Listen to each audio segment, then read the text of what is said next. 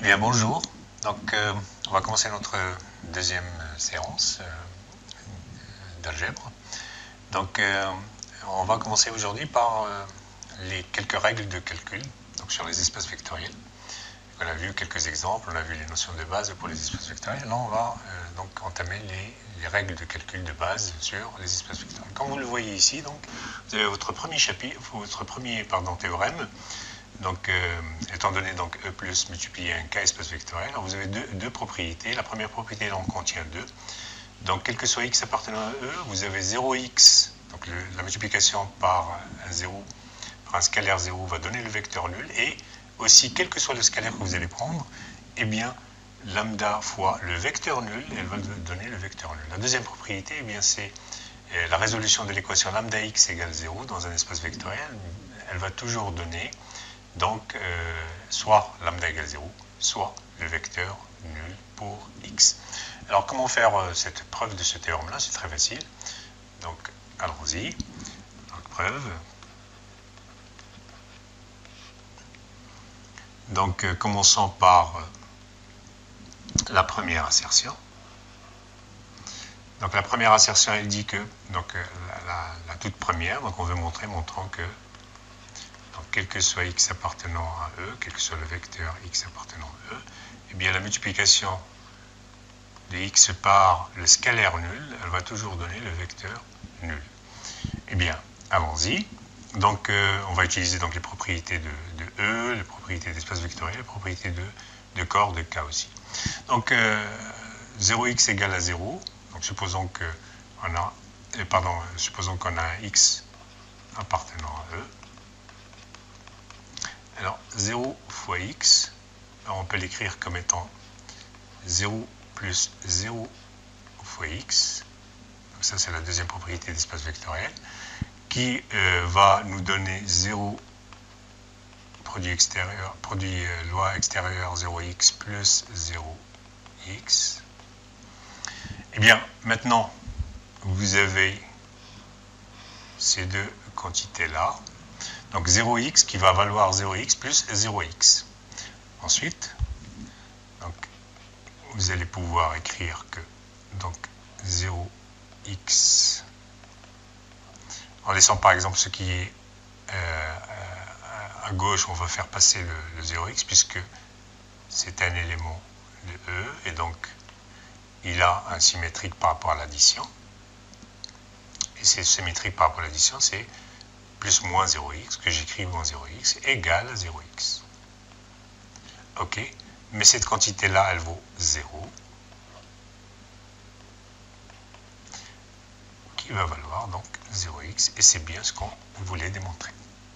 D'un autre côté, donc on veut montrer maintenant, donc c'est très facile, vous voyez, c'est pas des règles très très difficiles, montrant que quel que soit lambda par contre, cette fois appartenant au corps K, eh bien vous avez quoi? Vous avez lambda fois le vecteur nul qui va valoir le vecteur nul. Eh bien, c'est à peu près la même astuce. Et cette fois, on va l'utiliser pour les vecteurs nuls. Donc, lambda fois le vecteur nul, il va s'écrire comme lambda 0 plus le vecteur 0 deux fois. On le distribue d'après les propriétés d'espace vectoriel. Ok. Et donc, ce qu'on obtient, donc en fin de compte, encore une fois, c'est que donc, lambda 0 moins lambda 0 qui va valoir lambda 0. Et ça, encore une fois, c'est le 0, c'est le vecteur nul qui va valoir lambda fois 0.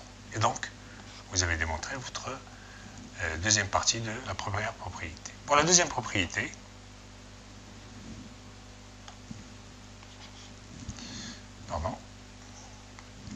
donc pour la deuxième propriété, eh bien vous voulez montrer que quoi? Que l'équation lambda x égale 0 est équivalente à lambda égale 0 ou x égale 0. La première implication dans un sens, qui est que lambda égale 0 ou x égale 0 impliquerait que lambda x égale à 0, et bien celle-là, on va la déduire de la première, donc se déduit de la propriété 1 du théorème 1. En effet, donc si vous prenez lambda égale 0, eh bien, d'après la première propriété, donc lambda égale 0, lambda fois x va toujours être égal au vecteur nul.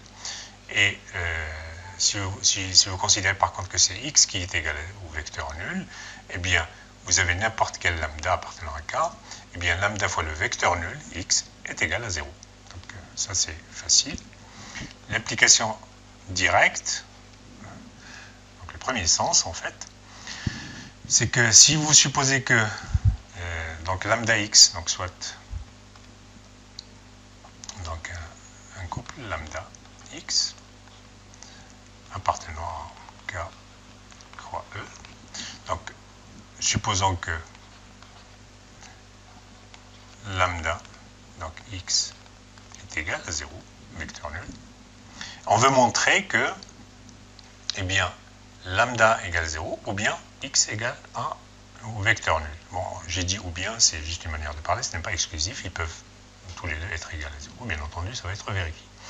Alors si lambda, supposons que lambda, par exemple, est différent de 0, montrons que donc, le vecteur x est égal à 0. Et puis on va supposer que le vecteur x est différent de 0 et on va montrer que forcément lambda doit être égal à 0. Alors supposons dans un premier temps que lambda est différent du 0. Alors le 0 dans K. Donc supposons que lambda est différent de 0, alors qu'est-ce qui va se passer? Comme lambda est différent de 0 et K est un corps, donc on sait qu'il existe un inverse de lambda, que je vais noter 1 sur lambda, d'accord? Tel que eh bien, lambda fois 1 sur lambda est bien égal au 1, donc l'élément neutre pour la multiplication dans le corps K. Alors je vais utiliser en fait cet inverse-là dans l'équation qui m'a de départ, ça veut dire donc or lambda x est égal à 0, donc disons que ça c'est mon équation étoile. Alors étoile, qu'est-ce qu'elle va impliquer? Donc si je multiplie donc étoile par 1 sur lambda, on multiplie étoile, dans étoile on va multiplier, donc on va effacer ça, on va écrire une phrase complète, on multiplie étoile par 1 sur lambda. Alors qu'est-ce qui va se passer? Eh bien, il va se passer que j'aurai 1 sur lambda x, qui va être égal à 0. Ok.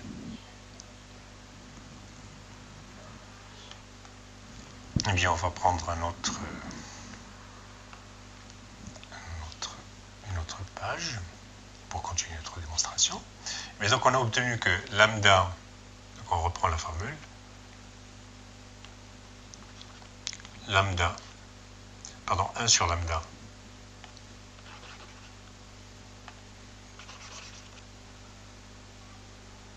sur lambda, point lambda, point x, est égal à 0. Or, E plus multiplié, donc la loi externe, est un K-espace vectoriel, donc je peux utiliser la propriété que 1 sur lambda fois lambda x est égal, ça c'est égal à quoi?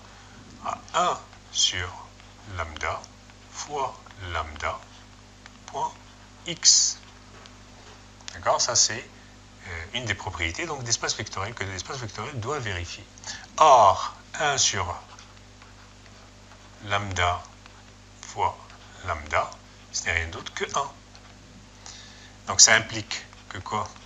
Ça implique que 1 fois x est égal au vecteur nul.